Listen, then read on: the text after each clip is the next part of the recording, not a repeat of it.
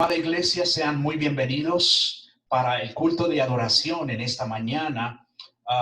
Somos la Misión Evangélica Reformada para Colombia y el mundo, comprometidos con el discipulado bíblico y la plantación de iglesias locales.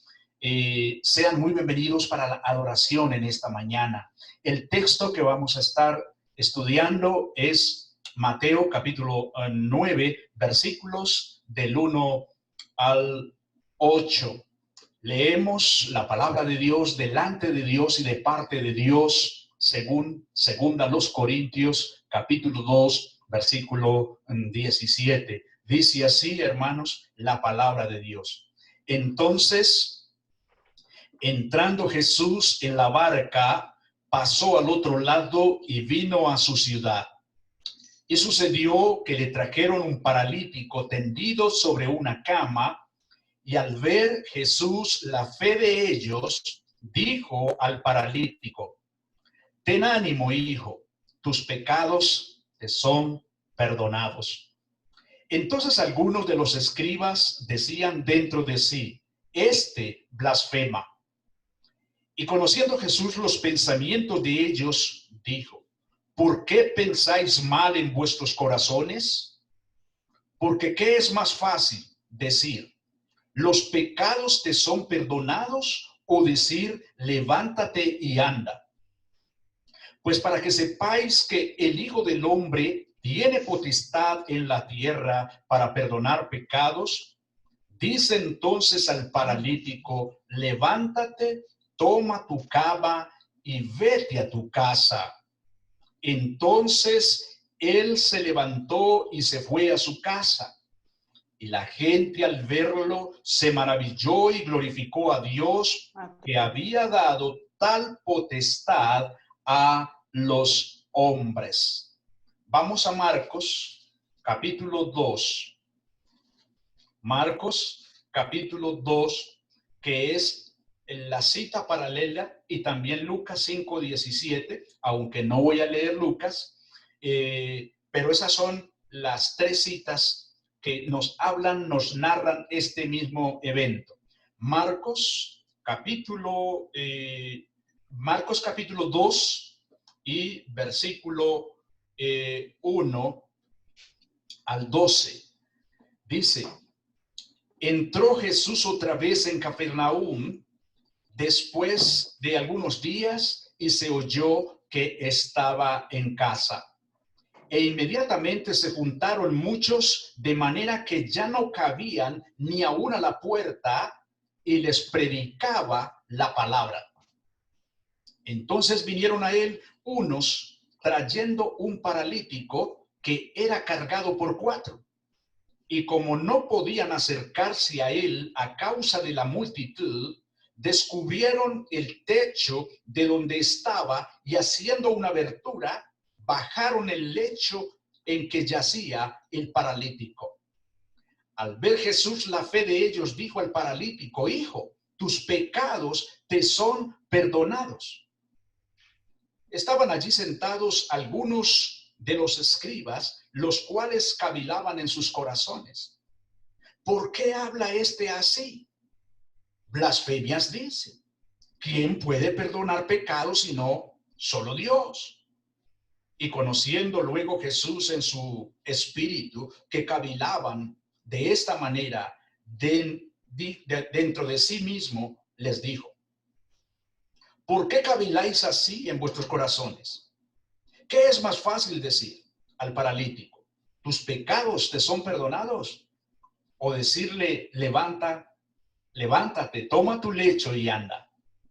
Pues para que sepáis que el Hijo del Hombre tiene potestad en la tierra para perdonar pecados. Dijo al paralítico: a ti te digo, levántate, toma tu lecho y vete a tu casa.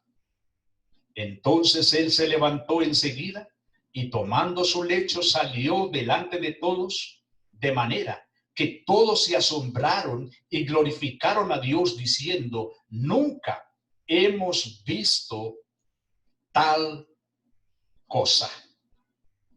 Amén. Señor, otra vez, por favor, asístenos para explicar este texto, Señor, y poder ver las maravillas que hay acá, Señor, que te ha placido revelarnos. Bendito Dios. Te lo suplicamos, Señor, en el nombre de Cristo Jesús. Amén. Amén. Hermanos, Jesús reclamó para sí la autoridad divina porque solo Dios puede perdonar pecados. Los líderes religiosos al oír esto se escandalizaron y decían dentro de sí, este blasfema.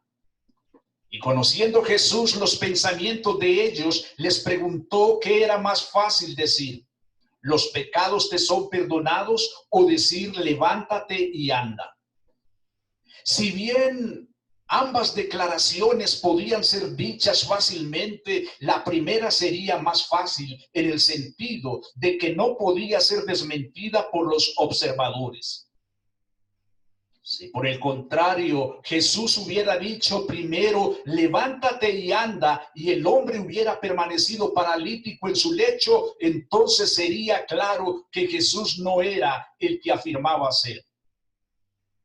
Por lo tanto, el Señor no solo dijo las palabras fáciles, sino también habló de sanidad, probando luego que tenía potestad para realizar ambas acciones: sanar la parálisis y perdonar pecados. Iglesia, la mayor necesidad del hombre es el perdón de sus pecados. Solo Dios puede perdonar tu pecado. Desarrollaremos nuestro texto por medio de 3 ideas centrales. Idea número 1. El rey es escuchado en su comunidad. Idea número 2. El rey es necesitado por un paralítico. Idea número 3. El rey extiende su gracia hacia el paralítico. Vamos con nuestra primera idea a desarrollar. El rey es escuchado en su comunidad. Mateo, como nos vamos a estar dando cuenta, Mateo omite algunos detalles que nos da Marcos y que son muy interesantes. Pero vamos a ir al texto de una vez y quédense conmigo en el versículo 1, por favor. El rey es escuchado en su comunidad. Podemos ver ahí, mis hermanos, en primer lugar, la ciudad. La foto que tenemos ahí. Ahí tenemos, hermanos, una foto de la ciudad, del pequeño pueblo llamado Capernaum. Es aquí donde sucede este relato tan interesante que nos dice Mateo, Marcos y Lucas. Pueden ver ahí de fondo, se ve muy hermoso, se ve muy pequeño, pareciera un pequeño barrio. Bien, nos dice Mateo, entonces entrando Jesús en la barca, pasó al otro lado y vino a su ciudad. Bueno, recordemos que el equipo ha estado de gira en viaje misionero, ha estado de gira en la región de los Gadarenos. Acuérdense que ellos habían cruzado el lago de Galilea, habían pasado al otro lado, se habían encontrado entonces en la región de los Gadarenos, pero acuérdense que se había levantado una tremenda tempestad, según nos narra capítulo 8, versículo 23 de Mateo, se había levantado una tremenda tempestad. Allí el equipo ha pasado una prueba bastante difícil, pero a la vez de gran edificación para sus vidas, porque ellos no podrían olvidar en el resto de sus vidas lo que habían vivido en esa travesía en la barca. Cuando ellos entonces llegan a la región de Gadara, para donde van, lo primero que se encuentran, según Mateo, es con dos endemoniados. Eso fue lo que predicamos el domingo pasado. Pero ya de regreso, acuérdense ustedes que en el versículo 34 de Mateo 8, los ciudadanos de Gadara echan al Señor.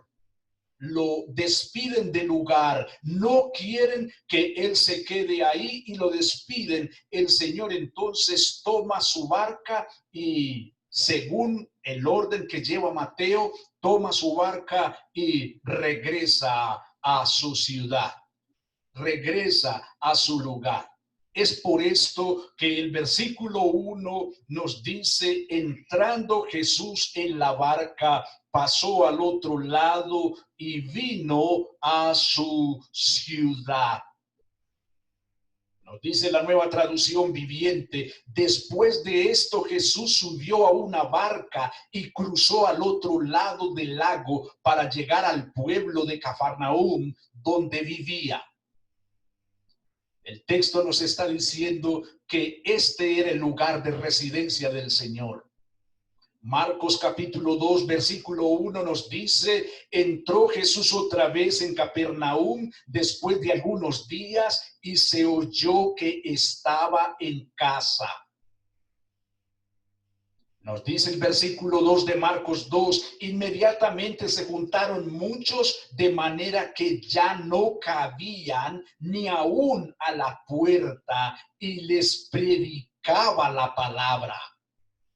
Nos dice Lucas 5:17, aconteció un día que él estaba enseñando y estaban sentados los fariseos y doctores de la ley, los cuales habían venido de todas las aldeas de Galilea y de Judea y Jerusalén, y el poder del Señor estaba con él para sanar. El relato de los tres evangelistas es claro, es contundente. Ahora Jesús, el Rey, está en su ciudad, está en su lugar de operaciones, en su centro de operaciones. Es interesante que dice que se oyó que estaba en casa. Realmente no se sabe plenamente si era su propia casa. No era la casa de Pedro donde habían estado anteriormente. No se sabe plenamente si era su propia casa. Dicen los eruditos que, teniendo en cuenta que él había dicho: el Hijo del Hombre no tiene donde recostar su cabeza, entonces no podríamos decir que era su propia casa donde habitaba con su madre y con sus hermanos. No podemos decir eso. Pero el caso es que el Señor tiene un lugar desde donde opera. La gente se da cuenta que Él está en casa y está enseñando, está predicando. Hay mucha gente allí, hay una gran multitud. La multitud está que tienen el acceso cubierto. Parece que las casas más acomodadas tenían una especie de portillo o un antejardín para ingresar a la casa. Pero casas que eran más humildes, en ese momento parece que daba directamente la puerta hacia la calle. De manera que quien entraba a la casa prácticamente entraba directamente a la sala. El caso es que el Señor está bien ocupado en la predicación de la palabra. Y esto nos lleva a nuestro segundo punto. El Rey es necesitado por un paralítico. Pensemos en ese escenario tan interesante. El Rey es necesitado por un paralítico. Pensemos en ese escenario. Pensemos en la multitud que rodea la casa. Pensemos que no hay por dónde entrar. Ha venido gente de todas partes a escuchar al Rey, al Maestro. Yo lo llamo rey desde nuestra perspectiva, porque eso es lo que nos muestra Mateo, pero recuerden que ellos no lo tienen como rey. De manera que el rey es necesitado por un paralítico. En medio de la predicación, en medio de la enseñanza, sucede algo extraordinario. Nos dice el versículo 2 de Mateo, algo bastante importante. Podemos ver acá dos aspectos interesantes dentro de el rey es necesitado por un paralítico.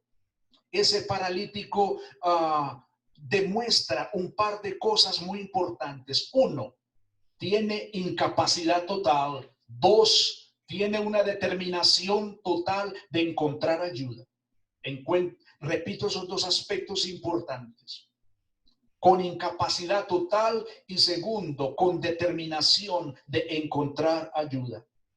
La incapacidad total, nos dice el versículo, sucedió que le trajeron un paralítico, es decir, una persona que sufre de relajación de los nervios de un lado. Universalmente se conoce como una discapacidad porque tiene una parálisis en sus pies o en sus piernas. Parece que puede ser un asunto de movilidad motora desde el cerebro o desde la médula espinal. El caso es que este paralítico no puede caminar. Dice que está tendido sobre una cama. La cama era un pequeño sofá, pero no lo que nosotros conocemos como un sofá que es sumamente cómodo. Un pequeño sofá o una esterilla que hacían de algún material resistente y que fuera posiblemente que se pudiera portar, que fuera portátil. Es muy interesante ver que el hecho de que el paralítico fuera traído nos demuestra la gravedad de la parálisis. Sí, la gravedad de la parálisis significaba que él no se podía mover de ninguna manera. Pero es muy importante también reconocer que el paralítico es traído por cuatro. Es traído por cuatro amigos. ¿Y qué amigos? Marcos 2, 3 al 4 nos indica la determinación que tenían estos 5 hombres, los 4 que lo traían y el paralítico, la determinación que tenían de encontrar ayuda. ¡Qué gran determinación! Esta mañana estábamos mirando cómo ver la voluntad de Dios, cómo conocer la voluntad de Dios. Y dentro de todo lo que mirábamos es que en la búsqueda de la voluntad de Dios tenemos una responsabilidad de movernos. Pues bien, aquí tenemos estos 5 hombres con una tremenda determinación. ¿De dónde saco que estaban plenamente determinados a encontrar ayuda? Bien, Marcos 2, 3 al 4 nos dice lo siguiente. Entonces vinieron a él unos trayendo un paralítico que era cargado por 4. Y como no podían acercarse a él a causa de la multitud, descubrieron el techo de donde estaba y haciendo una abertura bajaron el lecho en que yacía el paralítico. Solo cuando tenemos verdadera urgencia obramos con determinación y creatividad para obtener lo que necesitamos. ¿Qué es lo que quiero decir con esto? Pensemos en ese escenario. Hay un gentío tremendo. No hay manera de llegarle a Jesús por la puerta. No hay forma de llegarle a él. Pero estos 4 amigos se las ingenian de una manera tan creativa que es asombroso realmente lo que estos hombres hicieron. Ellos se las ingenian para treparse al techo. No se sabe si es que las casas tenían algún tipo de escalera o Ellos se treparon al techo de la casa siguiente. No tenemos esos detalles de ellos cómo se subieron. Pero lo que implicaba semejante movimiento, subirse al techo, destapar el techo. Dicen los expertos que los techos eran regularmente planos y eran hechos de barro con maleza mezclada y arcilla. Y pues eso tenía que tener unas especie de vigas por debajo para poder sostener el techo. Pues realmente no era tan difícil, pero sí implicaba un gran trabajo, un gran esfuerzo para destapar el techo, hermanos, y subir a este hombre, muy seguramente por medio de 4 cuerdas para subir y poder descolgar al paralítico, de modo que llegara directamente al lugar donde está el Señor Jesucristo enseñando. De manera que nos muestra este aspecto, la incapacidad total que tenía el paralítico, pero también la determinación que tenían sus amigos y él mismo de encontrar ayuda. Hermanos, es fantástico mirar y meditar en esos detalles, la determinación tan tremenda de llegar hasta él. Eso de alguna manera tiene que llevarnos a meditar a nosotros, a pensar, mis queridos hermanos, en, de alguna manera, la confianza que hay en Jesús por parte de esos 5 amigos. Esto nos debe llevar, hermanos, o nos lleva de manera directa a nuestro tercer punto, que es consiste en la gracia hacia el paralítico. El rey es necesitado por el paralítico y ahora el rey extiende su gracia hacia el paralítico. Estamos en el versículo 2 todavía. Versículo 2. Bien, pero vamos a mirar la parte B del versículo. El rey extiende su gracia hacia el paralítico. ¿Cómo extiende el Señor esa gracia? Bueno, vemos que el Señor acude a las palabras de aliento. En primer lugar, le da palabras de aliento.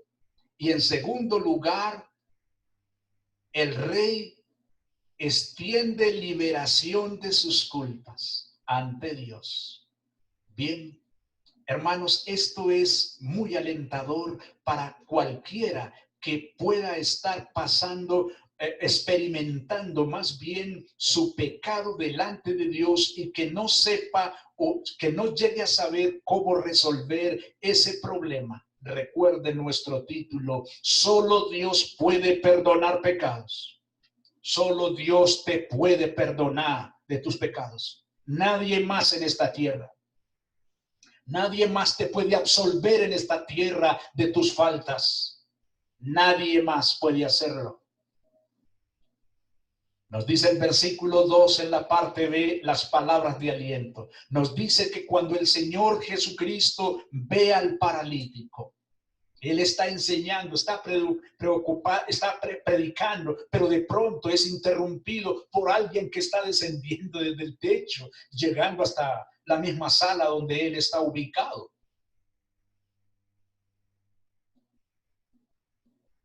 Hay un silencio aquí bastante interesante, porque no se nos dice que los 4 amigos en el techo le hayan dicho algo al Señor. Tampoco se nos dice nada que el mismo paralítico le haya dicho algo al Señor. No se nos dice nada de eso. Lo que sí podemos ver con claridad en el texto es que la iniciativa la toma el Señor para iniciar la conversación. Dice el versículo 2 en la parte B: y al ver Jesús la fe de ellos, dijo al paralítico: ten ánimo, ten ánimo. Bueno, ten ánimo. Hay acá unos detalles importantes. Ten ánimo, pero hay una palabrita hermosa que hay ahí. Y él le dice, hijo, ten ánimo, hijo. Vamos parte por parte. El Señor entonces es interrumpido en su predicación. Ya, cuando el paralítico es descargado en la sala, en su lecho, el Señor acude a estas palabras de aliento. Ten ánimo, es decir, ten confianza, ten seguridad, hijo. Ahora, importante que cuando él utiliza la palabra hijo, él no se está refiriendo a hijo en el sentido de nacimiento. La palabra aquí es, la palabra griega aquí es teknon, que metafóricamente implica que el nombre se transfiere a la relación íntima y recíproca, ya, formada entre hombres por lazos de amor, de amistad, de confianza, ya, al igual que esa relación, que esa confianza que hay entre padres e hijos. Realmente el término es una palabra cariñosa, es una palabra de aliento, es un término que se refiere claramente a una amistad. Es por eso que decimos que lo que hace el rey inmediatamente es extenderle palabras de aliento. Y pasa a la segunda palabra de aliento, tal vez la que más esperada por el paralítico, que seguramente había tenido mucho tiempo de reflexionar en eso. Y es, tus pecados te son perdonados. Tus pecados te son perdonados. Bien, la palabra pecado aquí es amartia. Es un sustantivo para referirse a la pérdida porque no se golpea el objetivo, es decir, no da en el blanco. ¿Qué es lo que quiere decir esto? Es haber roto la ley de Dios y ahora estar sujeto a las consecuencias legales por ser un malvado y culpable delante de su Creador. Pues lo que le está diciendo Jesús es, hijo, tus pecados, tus yerros delante de Dios te son perdonados. Qué tremendas palabras. Esa palabra perdón es enviar lejos, dejar ir, estar exento de culpa y de consecuencias legales delante de su Creador. Lo que el Señor le está diciendo al paralítico es, hijo, te absuelvo de todos tus faltas y pecados delante de Dios. Querida iglesia, nadie en este mundo diferente al Hijo de Dios puede hacer esto. El invento de Roma de absolver pecados es un invento y una usurpación de lo que únicamente le corresponde al Hijo de Dios, el Señor Jesucristo. Y vale aquí, hermanos, que hagamos unas cortas reflexiones de aplicación personal. Lo primero es que Jesús, en su omnisciencia, reconoció la fe del paralítico y la de los 4 hombres que lo cargaban. Él en su omnisciencia, porque Él es omnisciente, Él todo lo sabe, Él conoce el corazón del hombre. Él reconoce la fe de estos 5 hombres. Él sabía, por lo tanto, que la mayor necesidad de ese hombre era el perdón de sus pecados. El caso es que esto es cierto para nosotros y para todos los pecadores, por supuesto, pero Jesús supo que este hombre tenía una necesidad especial de perdón. Había una parálisis de sus pies. Él no podía caminar y de hecho, pues era un tremendo problema de angustia, de crisis permanente para este pobre hombre. Pero Jesús se va a algo más importante. Él se va al estado de su alma. Aunque era la parálisis muy agobiante e importante, el Señor conoce que el paralítico tenía una necesidad mayor que la de la parálisis, que la de poder caminar. Y yo te pregunto hoy, querido hermano, hermana que me escuchas, ¿cuál es tu mayor necesidad hoy? ¿Cuál es tu mayor necesidad hoy? ¿Prosperar en tu negocio? ¿Tener un carro? ¿Tener un edificio? ¿Hacer un viaje de vacaciones? ¿Cuál es tu mayor necesidad hoy? Jesús, nuestro Rey, el Hijo de Dios, sabe cuál es tu mayor necesidad hoy y está dispuesto a perdonar tus pecados. Está dispuesto a limpiarte de tus pecados. Él está dispuesto a absolverte de culpa delante de Dios.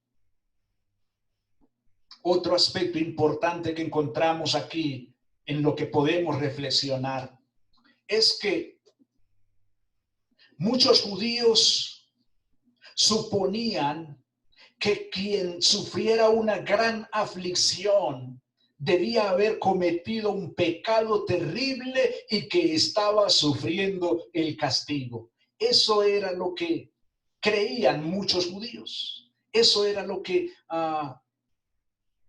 embargaba los pensamientos de muchos de los judíos. Y muy posiblemente este hombre, como ser humano y pecador, pudo haber pensado muchas veces en sus pecados ordinarios, por los cuales Dios justamente lo podía castigar. Mientras él yacía sin esperanza, día tras día, seguramente tuvo mucho tiempo para reflexionar acerca de su condición, acerca de su pecado. Pues si eso era lo que creían muchos de los judíos, que quien sufría una terrible enfermedad era consecuencia de pecado, acuérdense cómo acusaron los amigos de Job al mismo Job. Acuérdense que lo acusaron, alguna cosa tienes que haber hecho que estás sufriendo de esta manera. Era una creencia generalizada. Ahora, nuestro paralítico podría haber pensado, pero ¿qué habré hecho para que Dios me castigue de esta manera? Seguramente yo tengo que ser muy malo en comparación con los demás si me ha tocado este semejante sufrimiento. Ahora, lo hermoso aquí es que Jesús, sí, Jesús satisfizo la más grande necesidad de ese hombre cuando le declaró: ten ánimo, hijo, tus pecados te son perdonados.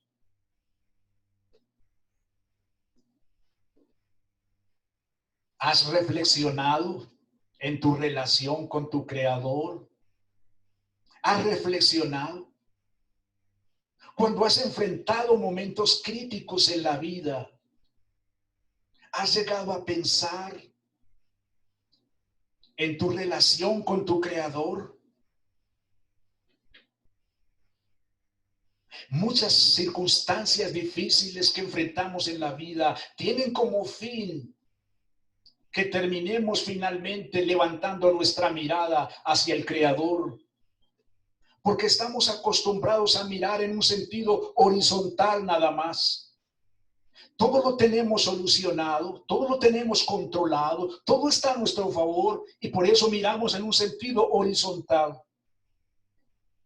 Muchas veces las crisis, las enfermedades, situaciones económicas y todo aquello que llegamos muchas veces a padecer tiene como fin último que terminemos levantando la mirada hacia arriba, que tenemos que reconozcamos que hay asuntos que se salen de nuestro control, que nosotros no controlamos. ¿Has reflexionado en la relación con tu Creador? Hay un texto que nos dice: acuérdate de tu Creador en los días de tu juventud. Acuérdate de tu Creador. El caso es que aquí, en este escenario que se nos muestra, podemos ver también otro aspecto importante entre el versículo 3 y 4. Nos dice: entonces algunos de los escribas decían dentro de sí, este blasfema. Y conociendo Jesús los pensamientos de ellos, dijo: ¿por qué pensáis mal en vuestros corazones? Bien, lo que nos demuestra también este aspecto importante aquí es la demostración de Jesús de su suprema autoridad, la demostración de su suprema potestad. Hemos venido estudiando a nuestro Señor no solamente en Mateo, sino también en Colosenses. En Colosenses estudiamos la superioridad de Cristo, la supremacía de Cristo y cómo Él es absolutamente suficiente y cómo Él es todo lo que el ser humano necesita. Pues aquí nos encontramos una demostración de su potestad. En primer lugar, para conocer el corazón del hombre, y en segundo lugar, para absolver al hombre de sus pecados ante Dios. Bien interesante esto. Para conocer el corazón del hombre. Entonces algunos de los escribas, es decir, intérpretes de la ley, profesores religiosos, personas que interpretaban la ley, ellos decían dentro de sí de una manera reflexiva: este está blasfemando. La palabra blasfemar tiene que ver con injuriar a Dios, con insultar, con profanar su nombre y su gloria. Marcos 2, 6 al 7 dice: estaban allí sentados algunos de los escribas, los cuales cavilaban en sus corazones. ¿Por qué habla este así? Blasfemias dice. ¿Quién puede perdonar pecados sino solo Dios? Bueno, estos hombres, pues eran opositores del Señor, pero aquí están diciendo una tremenda verdad. Ellos están diciendo algo aquí tan importante para ti y para mí hoy en el siglo XXI. Están diciendo algo tan importante.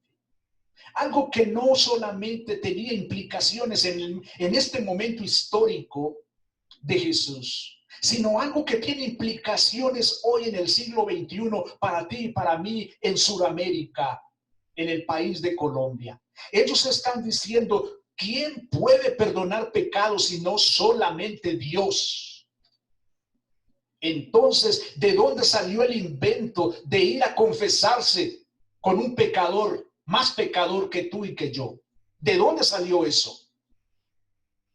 Claramente dice la palabra de Dios que solamente Dios puede perdonar pecados.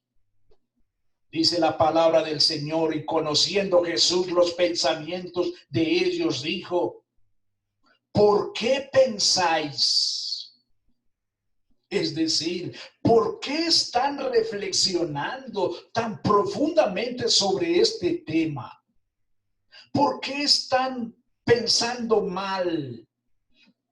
¿Por qué están pensando en dañar mi reputación? ¿Por qué me acusan de blasfemia en vuestros corazones? Otra vez les recuerdo que cuando la Biblia se refiere a corazón, que es cardio o cardía, el término aparece en la Biblia más de 800 veces y nunca se refiere de manera literal al órgano del corazón, lo que bombea la sangre, no, nunca se está refiriendo a eso. Siempre se está refiriendo en las Escrituras, siempre a nuestro ser interior. Es a eso a lo que se refiere. ¿Por qué caviláis en vuestros corazones? Porque, ¿qué es más fácil decir? ¿Los pecados te son perdonados? O decir, levántate, levántate. ¿Qué es más fácil decir? Levántate y anda. ¿Qué es más fácil decir? Y viene aquí lo que estamos esperando. El Señor no solamente es supremo y tiene toda autoridad, omnisciente, porque Él conoce todo del ser humano, los secretos más guardados del ser humano son conocidos por nuestro Creador, sino que también Él es supremo para absolver al hombre de sus pecados ante Dios. Y pasa a decir, pues para que sepáis, para que lleguen al pleno conocimiento de que el Hijo del Hombre tiene toda la autoridad en la tierra para perdonar pecados, dice entonces al paralítico, levántate, toma tu cama y vete a tu casa. Esto es maravilloso, porque el Señor aquí también demuestra algo importante. Él tiene poder para sanar físicamente a aquellos que depositan su confianza en Él. Claro que sí, ¿ya? Nos dice el texto que este hombre se levantó y se fue a su casa. Según Marcos 2:12 nos dice, él se levantó enseguida y tomando su lecho salió delante de todos. Pero también podemos apreciar aquí algo sumamente importante y es el orden. El Señor se fue primero a la necesidad puntual, a la prioridad, su alma. Él se fue primero a su alma, pero también en segundo lugar se fue también a la parte física. Es bien importante. Es bien importante lo que el Señor hace ahí. Los fariseos y religiosos y nadie de los que estaban escuchando podría comprobar si definitivamente él había sido perdonado de sus pecados. Ninguno podía conocer el corazón de él ni entrar en el trono de Dios para mirar si había sido absuelto de sus pecados. Ninguno podría conocer eso. Pero sí podían ver con claridad que si se levantaba, el paralítico se levantaba de su lecho, ellos podrían comprobar definitivamente, podrían ver definitivamente su poder. Ahora el Señor está, llamémoslo así, el Señor está dándoles una gran lección a los religiosos de su momento. Ellos no están ahí porque quisieran aprender del Señor. Ellos están ahí porque quieren pescar al Señor en algún error. Y de hecho, eso es lo que pasan a hacer de inmediato. Pero ¿quién puede perdonar pecados si no solo Dios? Eso lo ubica entonces en un hombre blasfemo. Bien. Cuando nosotros miramos algo de aplicaciones aquí, podemos pensar en lo siguiente.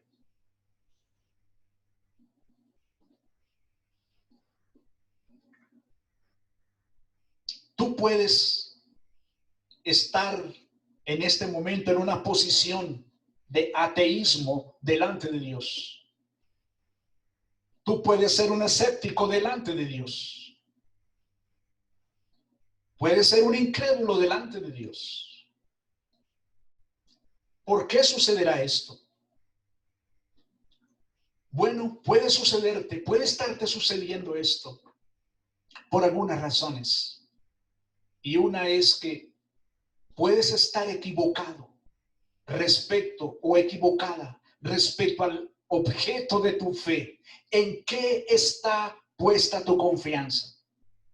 ¿En qué o en quién?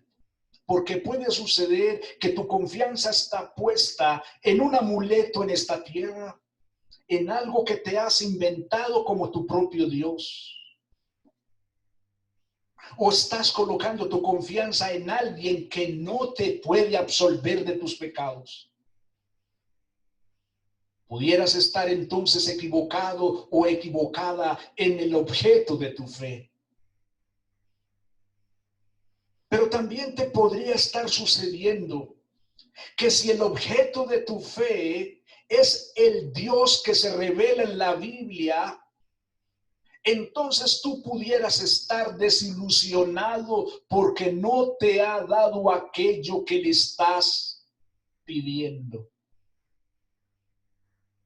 Esta mañana en nuestro estudio muy precioso, nos enfocamos en resolver una inquietud que surgió el domingo pasado, y es cómo conocer la voluntad de Dios. Cómo llegar a conocer la voluntad de Dios. Yo te pregunto en esta mañana, ¿qué es lo que le pides a Dios cuando oras? ¿En qué está enfocada tu oración? ¿Qué es lo que le pides a Él? Es importante volver nuevamente a las palabras de Jesús al paralítico. Para nadie es un secreto que todos los oyentes, todos los que están ahí en ese momento y que ven cómo baja ese hombre en ese lecho y es colocado delante del Señor, todos esperarían que lo primero que el Señor va a hacer es sanarle de sus pies. Todos esperaríamos eso. Pero el Señor sabe que la necesidad más importante no son la sanidad física. No es la sanidad física. El Señor se va a algo que tú y yo sabemos, que delante de Él las cosas no andan bien. Él se va a eso, que los hombres no conocen el corazón de nosotros, el corazón de los hombres no lo conocemos, pero Él sí. Y Él se va directamente a lo que los hombres no pueden conocer, pero que Él sí conoce. ¿Y en qué consiste eso? En cómo es la relación con nuestro Creador. ¿Cómo es la relación con nuestro Creador? Nos dice Isaías 43:7, todos los llamados de mi nombre, para gloria mía los he creado, los formé y los hice. ¿Cómo es tu relación con tu Creador? ¿Cómo es esa relación? ¿Qué es lo que le pides al Señor cuando oras? El Señor supo la necesidad puntual de aquel hombre y eso fue lo que el Señor hizo. Ten ánimo, hijo, ten confianza. Tus pecados te son perdonados. Eres absuelto de todos tus pecados. Seguramente ese hombre había reflexionado en su vida y seguramente se había preguntado, ¿qué habré hecho tanto? ¿Cómo soy yo de malo que soy castigado así? El caso es que el Señor le da la esperanza más gloriosa, la esperanza más preciosa. tus pecados te son perdonados. Y quiero terminar diciéndote esto. La oración significa reconocer mi necesidad. Y yo voy en oración al Señor porque seguramente he pasado tiempo pensando en algo, meditando en algo. Tengo necesidad de algo.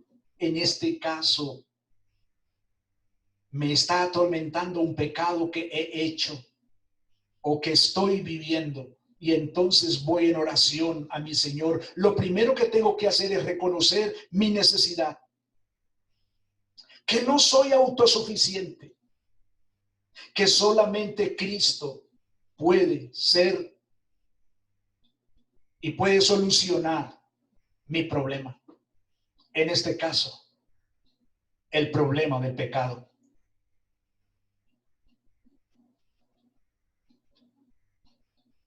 Aquel hombre, ese paralítico, ese día, no solamente fue absuelto de sus pecados, sino que además fue sanado, pudo recoger sus cositas y salir delante de todos, seguramente con paso apurado, seguramente corriendo a ir a contar a sus vecinos, a sus amigos.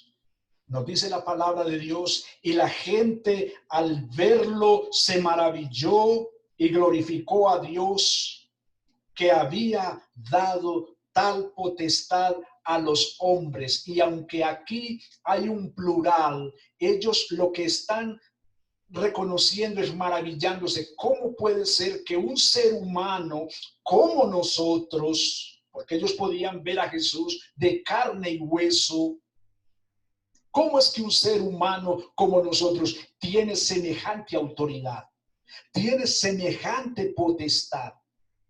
Ellos no lo están diciendo porque consideren que todos los otros hombres tienen autoridad de perdonar pecados. No.